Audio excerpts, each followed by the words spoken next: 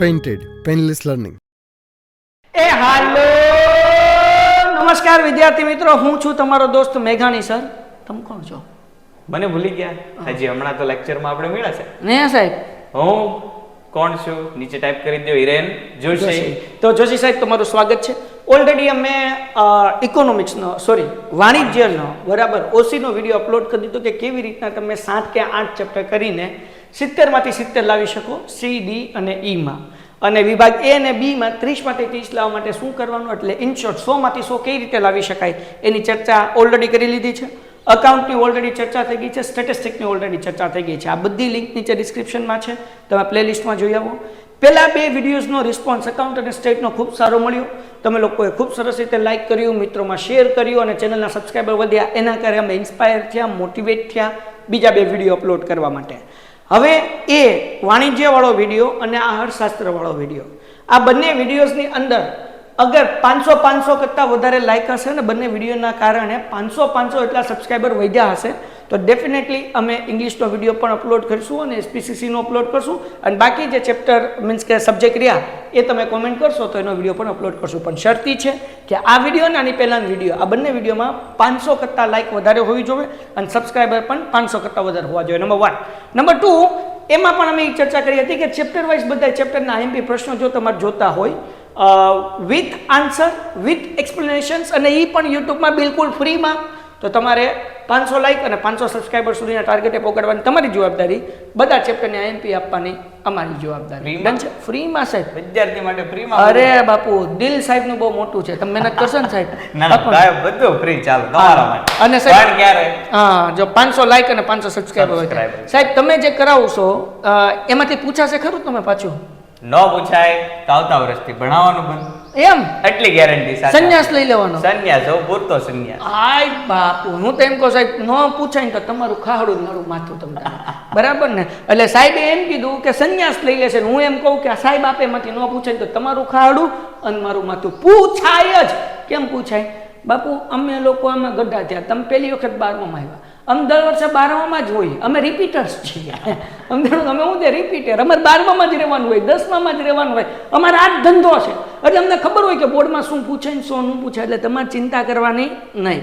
ખાલી સાહેબ ઉપર વિશ્વાસ કરવાનો, જે માર્ગદર્શન આપવામાં આવે, જે ગાઈડન્સ આપવામાં આવે એના ઉપર વિશ્વાસ કરવાનો અને જોરદાર જબરદસ્ત મહેનત કરવાની. ઘટે તો જિંદગી ઘટે, મહેનત ન ઘટે, બરાબર ને? તો સાહેબ કયા ચેપ્ટર આપણે કરીએ તો ઇઝીથી સી, ડી અને ઈ ની અંદર આપણે 70 માંથી 70 લાવી શકીએ? ચાલો આજનો આપણો વિષય અર્થશાસ્ત્ર વિષયની શરૂઆત કરીએ. હું સાહેબ અર્થશાસ્ત્ર ભણાવું એટલે હું વિદ્યાર્થીને કહું કે આ વિષય એક પ્રકારનો ડોક્ટરનો વિષય છે.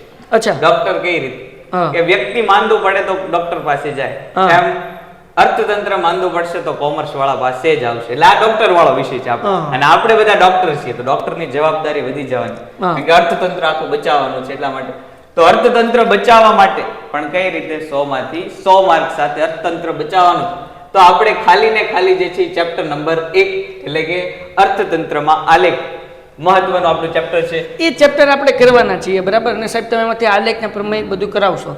પણ મને એ કહો પહેલા કે 11 માંથી સાહેબ કેટલા ચેપ્ટર કાઢીએ કે ઓપ્શનમાં? 11 માંથી આપણે લગભગ જે છે એ 4 થી 5 ચેપ્ટર તો એમને એમ કાઢી નાખીએ. આપણે એટલા બધા ચેપ્ટર કરવા જ નથી, ખાલી 7 ચેપ્ટર જ કરવા. ખાલી 7 ચેપ્ટર. 7 ચેપ્ટર તમે દીકરાઓ કરી નાખો, અને આમ એક ચેપ્ટરમાંથી 5 માર્ક્સના પ્રશ્નો, એટલે 8 ચેપ્ટર કરી નાખો એટલે જગોમગો થઈ જાય. પણ આમ જોવો તો 7 ચેપ્ટર કરો એટલે 70 માંથી 70 આવે. સાહેબ એ અને બી નું શું કરવાનું? 10 પ્રશ્નપત્રના એ અને બી ગોખી નાખવાના. પાકા કરવાના કે ગોખવાના? આ જો કરશે તો ગોખવાની જરૂર નહીં પડે. અચ્છા, આ કરશે તો આ બધું આવી જ જાય, આ બધું અંદર જ છે. હાય. પણ છતાં 10 પ્રશ્નપત્રને આપણે યાદ કરી લેવાના, પાકા કરી લેવાના, ગોખવું હોય તો ગોખી લેજો. બોર્ડમાં આવડવું જોઈએ, બરાબર? અને સમજી લેજો સાહેબ, આપણને સમજાવવાનું છે વિડીયોમાં. અને બાકી સાહેબ હું તો શું કરતો ખબર સાહેબ, કે આ મુદ્દા ખાલી પાકા કરતો અને અંદર લખતો જે મન થાય, કારણ કે આમ અંદર વાંચે કોણ હતું બધું? આ બધા પેપર ચેક કરી વાંચતા હોય બધા. ભલે વાંચતા નથી પણ લખવું જવાબદારી આપણી હા, છે. એમ. કદાચ કોકે વાંચી લીધું તો હા. તો આપણને તો પાછા 7 ચેપ્ટર કરવાના, એટલું તો આપણાથી હસતા થઈ જાય. હા, અને બીજું 7 ચેપ્ટરમાં વાર શું લાગે? 1 મહિનાની વાર હોય ને તમે કરો ને તોય થઈ જાય. એક 2 દિવસમાં મહિના. કરવા વાળા વિદ્યાર્થી છે હા, આપણે. એ એક નો દિવસ. થાય. જોજો ભાઈ, નો થાય, મારા બાપ નો થાય. એક દિન થતું હોત તો વરદી ભણ્યા કોણ ગાંડાઓ? એટલે 2 મહિના છે આપણી આગળ, પૂરતો સમયનો ઉપયોગ કરો અને તમે લોકો જે છે અમે જે રીતના વ્યૂહરચના આપીએ એ રીતે કરશો એટલે તમને 100% ફાયદો થશે, બરાબર ને? તો એની ચર્ચા આપણે કરી લઈએ દીકરાઓ. પણ એક વસ્તુ ખાસ યાદ રાખવાની કે ઘણા બધા લોકો શું કરે કે મોટા પ્રશ્ન જે હોય ને એમાં મુદ્દા પાકા કરે પણ અંદર ધબધબાટી બોલાવો. તો એક વસ્તુ યાદ રાખો કે ધબધબાટી ન બોલાવો, તમે તમારી ભાષામાં લખો, પણ જે ટેક્સ્ટબુકનું હોય એ લખો ને. પછી ગમે એ લખો એ ન ચાલે, તમે તમારા વર્ડમાં લખો, તો ઓન વર્ડમાં લખો, તમારી ભાષામાં લખો, પણ ચોપડીનું કન્ટેન્ટ લખો. નંબર 1. નંબર 2, અર્થશાસ્ત્રની એક ભાષા છે, બરાબર ને? કેટલાક શબ્દો આવે તો એ શબ્દ જે છે ને આપણા મગજમાં હોવા જોઈએ. આપણે આપણા વિચારો લખતા હોઈએ પણ અર્થશાસ્ત્રની ભાષામાં જો આપણે આપણા વિચારો અથવા મૌલિકતાનો ઉપયોગ કરીને આપણે અર્થશાસ્ત્રની ભાષાની અંદર લખ્યું સાહેબ, તો આપણને યોગ્ય અને સારા માર્ક્સ મળ્યા સાહેબ. પૂરામાંથી પૂરા આવી શકે એવું વિષય. અને બીજી વસ્તુ કે ઓલું કે આંકડાકીય માહિતી યાદ નથી રહેતી, તો હવે તમને ચેપ્ટરના ભાગ પાડી દીધા છે. તો આંકડાકીય માહિતી જે આવશે ઓલમોસ્ટ એ ખાલી 5 માર્ક્સના પ્રશ્નની અંદર જ આવશે, જેમાં 3 ચેપ્ટર જ છે. 3 માર્ક્સના પ્રશ્નમાં કે એમાં આંકડાકીય માહિતી બધી નીકળી જાય એટલે ચિંતા કરવાની જરૂર નથી. ઓકે સાહેબ, તો પહેલા ચેપ્ટરની વાત કરીએ તો ભાઈ અર્થશાસ્ત્રમાં આલેખ, આ ચેપ્ટર જુઓ, અહીંયા આપણે ટીક કરેલું છે. એમાંથી વિભાગ સી ની અંદર કેટલા પ્રશ્ન સાહેબ? વિભાગ સી ની અંદર 2 પ્રશ્ન. વિભાગ સી 2 માર્કનો છે એટલે 2 પ્રશ્નની સાથે 4 માર્કની કામગીરી આપણી ત્યાં પૂરી થઈ જશે. વિભાગ જો કામગીરી આ અર્થશાસ્ત્રની ભાષા. હા, પછી વિભાગ ડી માં 1 પ્રશ્ન 3 માર્કની કામગીરી. એટલે ટોટલ જે છે 7 માર્ક્સની કામગીરી થઈ, બરાબર ને? હાલો કામગીરીમાં કામગીરી ઉપર આગળ વધીએ. બીજું યુનિટ આપણું વૃદ્ધિ અને વિકાસના નિર્દેશકો. હા. એમાં પણ ચેપ્ટર નંબર 2 માં વિભાગ સી એટલે કે 2 માર્કના પ્રશ્ન.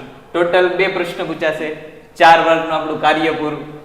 વિભાગ ડી માં 3 માર્કના પ્રશ્ન, એમાંથી 2 પ્રશ્ન પૂછાશે એટલે 6 માર્કનું કાર્ય આપણું અહીંયા પૂરું થઈ જવાનું છે. હા, તો સમાપ્ત થશે. હવે સમાપ્ત કામગીરીમાંથી કાર્ય આવ્યું. આ બધા અર્થશાસ્ત્રના શબ્દ છે, યાદ રાખજો. 6 અને 4 કેટલા થાય? 10. 10 mark. ઓકે સાહેબ, પછી આપણું યુનિટ નંબર 3 નાણું અને ફુગાવો. હા. એમાં પણ વિભાગ સી 2 માર્કના પ્રશ્નો છે, એમાંથી 2 માર્કના પ્રશ્નોમાંથી 2 પ્રશ્ન પૂછાવાના છે એટલે ટોટલ 4 માર્ક એમાં, અને એક મહત્વનો આપણો 5 માર્કનો એટલે કે વિભાગ ઈ નો એક પ્રશ્ન પૂછાવાનો છે એટલે 5 માર્ક. એટલે 5 ને 4 9 થઈ જશે.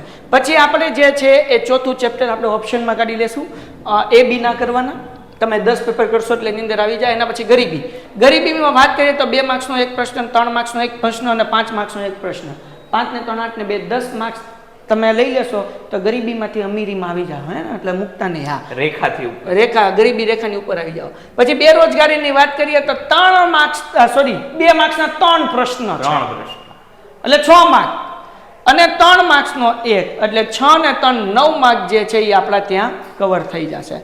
દેન આફ્ટર 2 ચેપ્ટર એવા છે કે જેનો માત્ર તમારે 5 માર્ક્સના જ પ્રશ્નો કરવાના છે.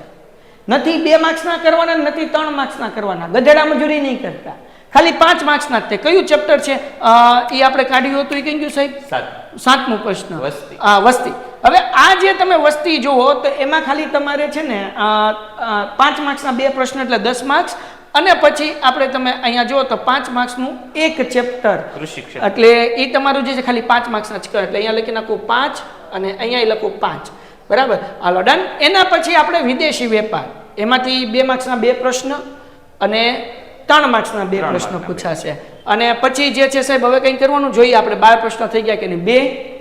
2 ને 2 4 ને 2 6, 6 ને 1 7, 7 ને 3 9, 7 ને 3 10 થાય, સોરી 10 ને 2 12 થઈ ગયું. તો 12 પ્રશ્ન આપણે થઈ ગયા. 16 માંથી 12 તો પૂછાવાના, 12 આપણે લખવાના છે. હજી એક વાર જો 2 ને 2 4 ને 2 6 ને 1 7 ને 3 10 ને 2 12. ક્લિયર? હવે આપણે જોઈએ વિભાગ સી માં આપણું થઈ ગયું કે નહીં? આપણે 7 પ્રશ્નો લખવાના છે. 1 ને 2 3, 3 ને 1 4 ને 1 5, 5 ને 2 7. પતી ગયું. આમાં 7 માંથી ગમે 5 પ્રશ્ન લખવાના છે. 1 ને 1 2, 2 ને 2 4 ને 1 5, 7 માંથી 5 પ્રશ્ન થઈ ગયું. પતી ગયું ભાઈ. તો કેટલા ચેપ્ટર થયા દીકરાઓ? તો ચેપ્ટર તમે જુઓ તો 1 2 3 4 5 અને 6. એમાં જેમાં 2 અને 3 5 2 માર્ક્સનો તો છે, હારો 3 હોય અથવા તો 5 હોય. અને 2 ચેપ્ટર એવા છે આ 7મું અને 8મું, જેમાં ખાલી તમારે 5 માર્ક્સના પ્રશ્નો જ કરવાના છે. 2 અને 3 માર્ક્સના તમે એમાંથી નહીં કરો તો ચાલશે. તો આમ જુઓ તો 6 ચેપ્ટર આખા, અને આ બંને ચેપ્ટરમાંથી 5 માર્ક્સના આગળ કાઢીએ તો 7 જેવા પ્રશ્નો મુશ્કેલથી નીકળે.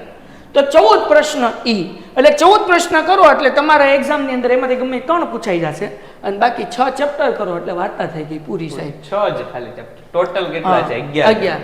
11 માંથી આપણે કેટલા કરવાના? 6. અને ઓલું અડધું એક ગણી નાખો તો 7 ચેપ્ટર. તોય તે 5 ચેપ્ટર અને આમ નામ ઓલું થઈ ગયું એમ. બરાબર સાહેબ. બીજું તમે શું ગાઈડન્સ આપવા માંગશો અર્થશાસ્ત્રના શિક્ષક તરીકે? અર્થશાસ્ત્રના શિક્ષક તરીકે એટલું જ કહેવા માંગીશ કે આપણે ભલે 7 ચેપ્ટર કાઢેલા જ, પણ 7 પાછા કેવા કરવા પડશે? કે પરફેક્ટ આપણે કરવા પડશે. હમણાં આપણે શરૂઆત જ કરી, લેંગ્વેજ આમાં મહત્વનો ભાગ ભજવે. વિદ્યાર્થી લખે તો બહુ, અર્થશાસ્ત્ર આવે એટલે પ્રિય વિષય આવી જાય, પણ પ્રિય વિષય આપણી ભાષા વાળો હોવો જોઈએ, સામે વાળાને પસંદ આવવો જોઈએ એવો પ્રિય વિષય હોવો જોઈએ. એટલે ખાસ આમાં આપણે લખતી વખતે ધ્યાન એ રાખશું કે ભાષા જે છે એ આપણી અહીંયા લઈશું. કોની ભાષા લઈશું? તો કે ડોક્ટરની ભાષા લઈશું. આપણે કોણ છીએ? ડોક્ટર છીએ. અર્થશાસ્ત્રના આપણે ડોક્ટર છીએ, એટલે લખવાનો આપણે એ જ શિષ્ટ ભાષામાં છે. પણ 7 યુનિટ જે આપણે તારવેલા છે મહત્વના, એ 7 આપણે 100% વાળા હોવા જોઈએ, તો 100 માર્ક આપણા થઈ જશે. અને બીજી વસ્તુ કે આ 7 ચેપ્ટરમાંથી અગર તમને આઈએમપી પ્રશ્નો જોવે છે તો નીચે કોમેન્ટ કરો, અમે એના સવાલે આપીશું, જવાબે સમજાવશું કે જેથી કરીને એક્ઝામમાં કેટલા મુદ્દા લખવા એ તમને આઈડિયા પણ આવે, કેવી રીતના લખવા એ પણ આઈડિયા આવે, અને એ પણ એટલી સરળ ભાષામાં હશે કે તમને યાદ કરવું ઈઝી રહેશે.